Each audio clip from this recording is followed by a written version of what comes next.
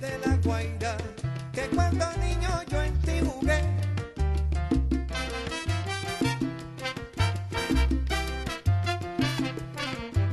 No puedo olvidar tus casas, bello terruño donde me crié. Camino a Punta Mulato, siempre en las tardes salgo a pasear. Recorro todas tus playas, desde Macuto hasta Naiguatá. Ya no escucho a Juan Ramón, que con su té solía tocar. Son montunos, salsa y guajira, todas las tardes en el manglar. Yo no olvido a Maiquetía, desde Guamache hasta mar y abajo. Montesano Dios te trajo, del mar toda su alegría. Quien pudiera revivir viejos recuerdos de aquel ayer, quien pudiera comprender toda mi melancolía. Hay un tema que siempre nos está ocupando, que aparece, el tema de los mapas, el tema de la soberanía, el tema de nuestro territorio y que también nos trae al mar. Y entonces hay algo que Luis ha venido trabajando últimamente. ¿De qué se trata para que Luis nos hable de ese tema? Realmente Luis es una especie de enciclopedia. Yo creo que Luis no tiene cabeza, es decir, Luis Brito García no tiene cabeza, sino tiene una enciclopedia ahí.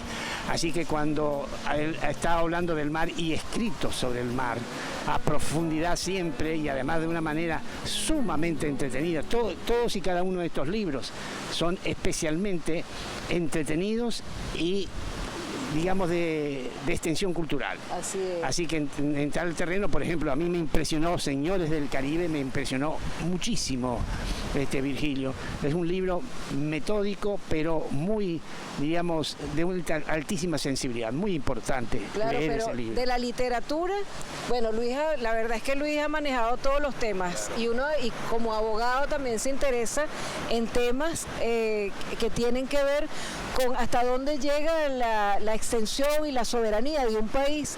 Y te ha ocupado recientemente y es un libro que estamos por leer y que estamos curiosos, que Luis nos va a traer, que nos va a regalar. Estamos por leer un libro que es lo más reciente que tú has publicado, que es sobre el Esequibo. Ese tema de los que se habla mucho, pero la gente a veces no lo entiende. Guayana Nuestra, sí, es una recopilación histórica, pero además al final un compendio de medidas a adoptar para la recuperación, porque está bien, hay muchas quejas, nos despojaron, etcétera, pero ¿qué hacer?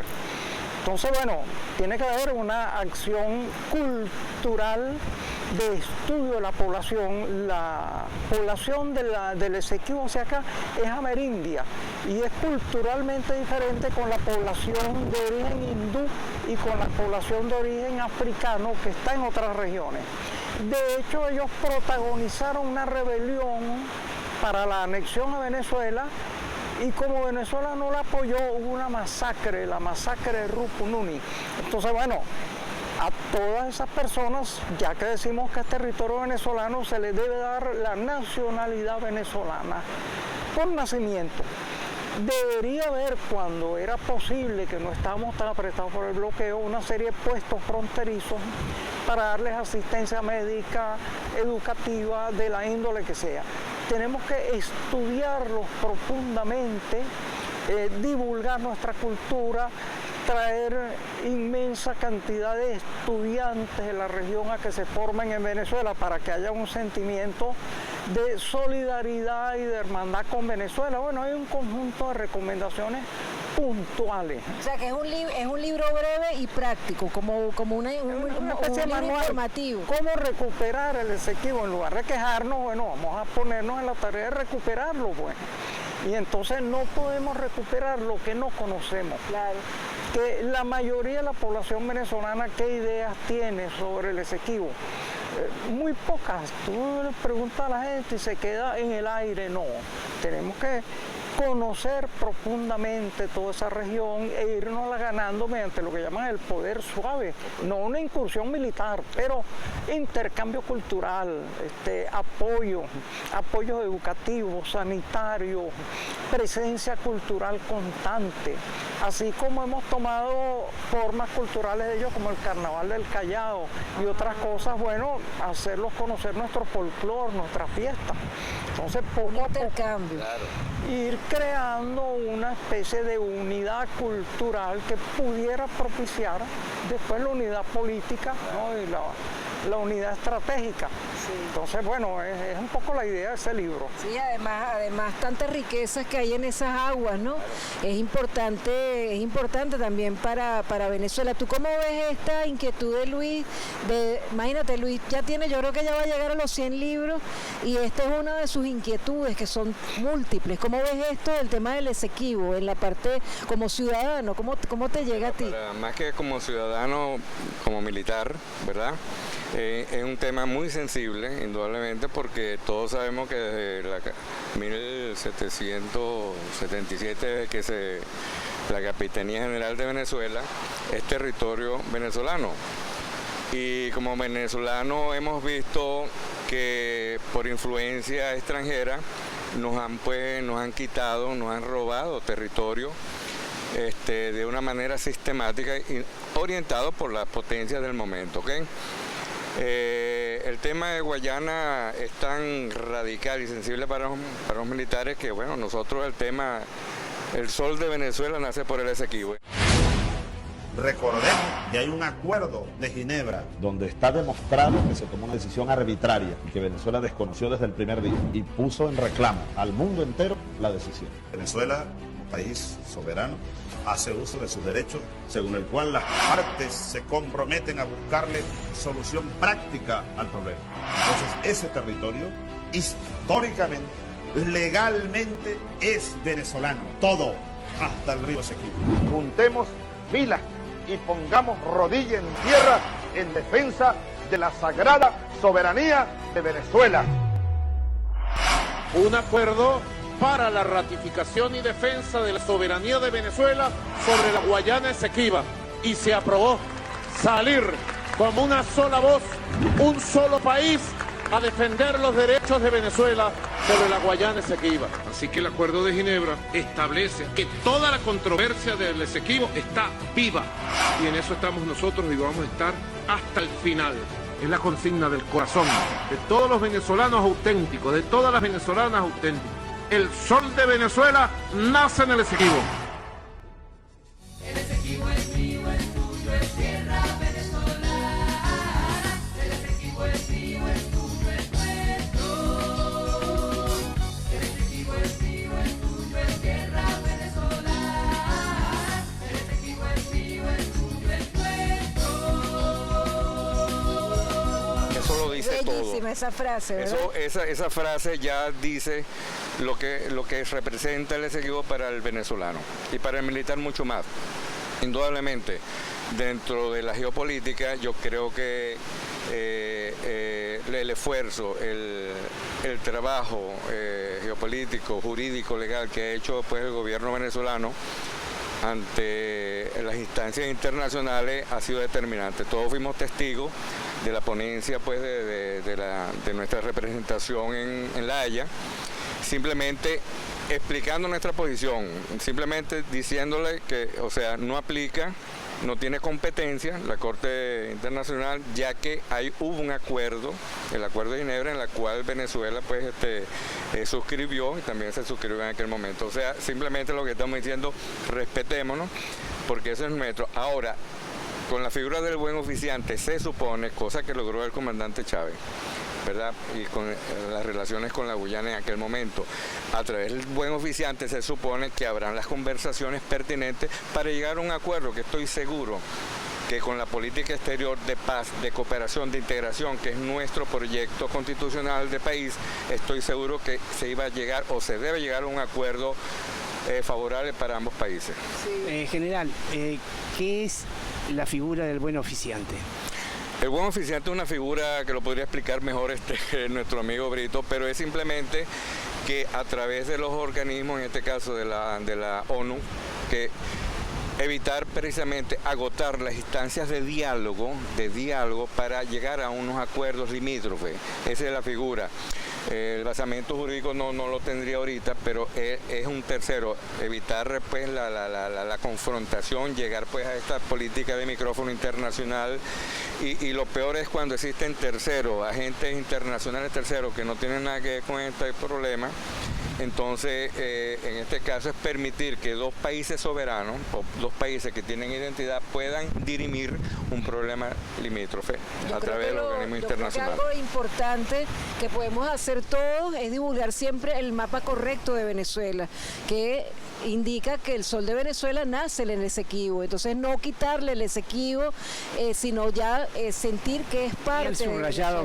Y esas rayitas que ponían que es mientras tanto, no, o sea, entonces, darlo como por hecho. Tema de la promoción del libro físico, entramos al tema de la lectura, después que es parte importante del programa. Exactamente. Educativo. Entonces, esto de reunirnos acá en Los Caracas, en este sitio tan maravilloso, que a muchos nos trae recuerdos y que ha sido tema recurrente en varios programas de la librería mediática, nos lleva también a elegir, y hemos elegido para este programa, lecturas preferidas en las que tú vas a profundizar algunos de los libros preferidos sobre Simón Rodríguez. Isidoro va a hablar de uno de sus autores preferidos y una obra que tiene que ver precisamente con lo marítimo, de Juan Carlos Bonetti. Yo voy a referir a Abra Palabra, y Luis, y quisiera que comenzaras tú, Luis, y este gato yo no sé, va a tener que concedernos una entrevista, porque cada vez está más pasado. Hay que ponerle un microfonito ahí, pues. Yo creo que eso se llama curiosidad intelectual. Y hay un libro que para algunas personas es difícil, pero Luis siempre lo ha descrito de una forma tan apasionada que uno entonces se atreve a leer ese libro que para algunos es difícil, y es el Ulises de Joyce, del que tú has escrito, has dado conferencias recientemente, has escrito para Pie de Página, has dado conferencias en el Techo de la Ballena, allá en esa librería Café Extraordinario que hay por el centro. ¿Por qué te fascina tanto ese libro? María Cira, Luis nos contaba que el Ulises de Joyce también está relacionado con el mar. Sí, también está relacionado con el mar. Sí, Dublín es una ciudad puerto. Gran parte de las ciudades importantes de América Latina son ciudades puerto, hay una simbiosis con el mar. Ulises es como una actualización del mito de Odiseo Laertíada, del linaje de Zeus, de la Odisea, que es un héroe que tarda 10 años en regresar a casa. Yo creo que se distrajo mucho en el camino. Entonces, creo que fueron 9 años. Bueno, pero en todo caso, el personaje del Ulises tarda también en volver a su casa con unas 14, 15 horas deambulando por Dublín, y simbólicamente le ocurren las mismas peripecias que al héroe mitológico. Ahora, lo interesante es la bellísima innovación literaria, es un libro oceánico. Por ejemplo, en el capítulo inicial dice el mar con sus 4 palabras discurso. Y lo que viene es una onomatopeya, estroza, traza, sí. Lo que estamos oyendo ahí de fondo, así es, una cosa, bueno, me atrevo a decirlo. Uno de los personajes dice el mar verde moco. Yo leí aquello, eso no se puede decir en una novela, no, sí se puede decir. Y entonces, ese deambular como de marinos por el océano de la ciudad repleta un libro extraordinario, con episodios simbólicos. Está, por ejemplo, Circe. Hay una casa de mala reputación en la Odisea. Había una hechicera que convertía a los hombres en cerdos. Y entonces en ese sitio alucinatorio pasan las cosas más inconcebibles que iba después a inventar la literatura psicodélica. Toda la literatura del siglo XX y parte de la del XXI está ya prefigurada en el Ulises. Pero además, a pesar de que Joyce era nacionalista irlandés, Irlanda es un país sometido colonialmente, hay un párrafo que tiene una significación extraordinaria. Uno de ellos de los personajes, un amigo él se está afeitando en la torre donde viven y hay un espejo roto y entonces uno de ellos comenta el espejo roto de un sirviente. Esto es el arte irlandés. Fíjense ustedes, qué terrible. Es decir, siempre el arte de un país colonizado es subordinado. Y entonces otro de los personajes de Joyce dice, mi misión, no serviré más a aquello en lo que no creo y crearé la increada conciencia de mi raza. Y entonces hoy en todo el mundo se habla del Ulises y del Dublín, más que de la literatura inglesa. Irlanda se liberó. Y entonces se liberó primero intelectualmente y hoy estamos hablando de Irlanda, es decir, gracias a ese libro prodigioso que le recomiendo a todos ustedes. Para mí es quizás la novela más apasionante que he leído y hay que ver que he leído novelas buenas, pero... Mira, pero seguramente... La verdad, perdóname, yo en Ulises lo he leído, realmente lo he intentado leer, porque no he podido comprender todo lo que Luis acaba de decir, pero sí de la manera como Luis nos explica ¿Verdad que provoca leerlo? Provoca leerlo, uno se apasiona, yo me apasiono con la literatura y con tantas otras cosas, y en este caso me apasiono con el relato que haces. Entonces yo te propongo, Luis, que tú hagas un pequeño ensayo sobre el Ulises. Ya lo hizo, lo publicó en pie de página. Sí. No, ya lo leí. Muy breve. Ya lo escribí y entonces está en pie de página, pero ese número de pie de página no ha salido todavía. Un detalle para la cronología, el año pasado se cumplió un siglo de la escritura del Ulises. Y además el Ulises es quizás la declaración de amor más larga que se ha escrito, porque el capítulo final es un capítulo, el monólogo interior de una mujer antes de dormir, no tiene signos de puntuación y es un homenaje a Nora Barnacle, la esposa de Joyce, porque ella también le escribía cartas y nunca ponía signos de puntuación. Entonces era un amor prolongadísimo. Ajá, y ese libro sucede, si mal no recuerdo, el 4 de junio de 1916, y una vez le preguntaron... Perdón, ¿a qué hora?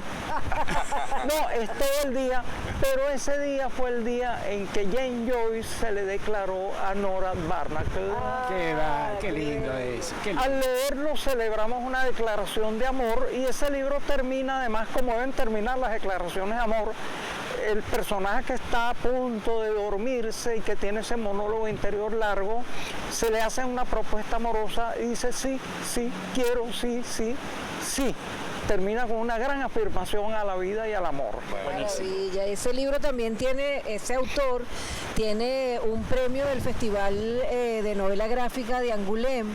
Alfonso Zapico hizo un libro que se llamaba Dublineses, que habla de James Joyce a través de la novela gráfica, y la verdad es que es bueno entrar a James Joyce desde ahí, después escuchar a Luis y después intentar la lectura del Ulises. Para ti, Onetti, El Astillero y esa relación con ese mundo de Onetti, uno de los mejores escritores latinoamericanos, ¿por qué te llega tanto? Estas obras completas de Onetti que tienes tú por aquí.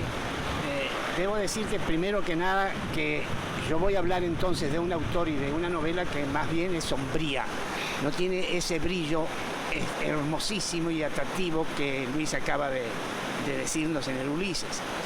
¿Y por qué tengo que decir esto? Porque voy a leer, si ustedes me permiten, voy a leer unas 50 páginas. ¿Por qué tan poca? No hay espacio en el programa para ello. Voy a leer un fragmento pequeño del comienzo del regreso de uno de los personajes a un pueblo del cual fue expulsado. El astillero. El astillero. D'un million de matins, soleil